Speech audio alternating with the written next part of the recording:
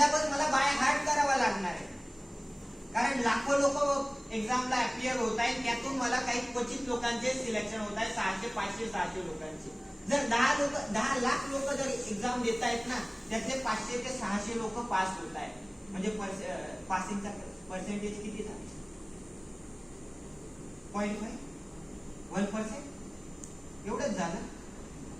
त्यात आपण या प्रश्नांची उत्तर विचारणं, स्वतःला विचारणं फार महत्त्वाचं. बिझनेसेस तुम्ही जेव्हा कराल, तुमचा स्वतःचा बिझनेस जेव्हा मला करायचा आहे ना, त्यावेळेस सेम बिझनेस करणारे 20 वर्षापासूनचे तर काही कॅन्डिडेट्स आहेत.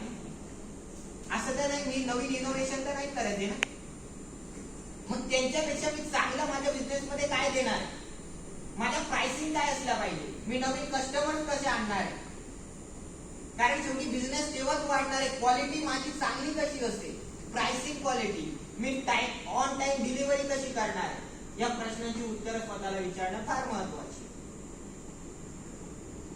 आणि इतरांपेक्षा इनोव्हेटिव्ह क्रिएटिव्ह मी काय करणार.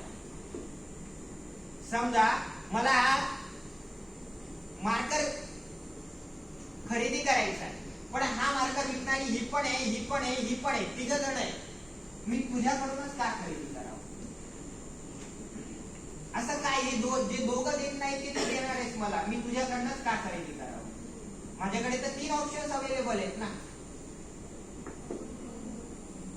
Quality, price. आणि असं नाही की माझी प्राइस खूप कमी आहे म्हणून लोक मला घेणार आहेत, असं कधीच नसतं. उलट जेव्हा मी खूप कमी प्राइस ठेवतो ना, त्यावेळेस समोरचा काय विचार करतो, यार याची क्वालिटी चांगली नसेल म्हणून एवढी कमी ठेवतो. खूप एक्सपेन्सिव्ह ठेवतो, अरे यार हे तर आपल्या बजेट मध्ये नाही. या सगळ्या गोष्टींचा विचार करणं फार महत्वाचं. पण आपण कधी काय होतं, त्याच्यानंतर CITS आणि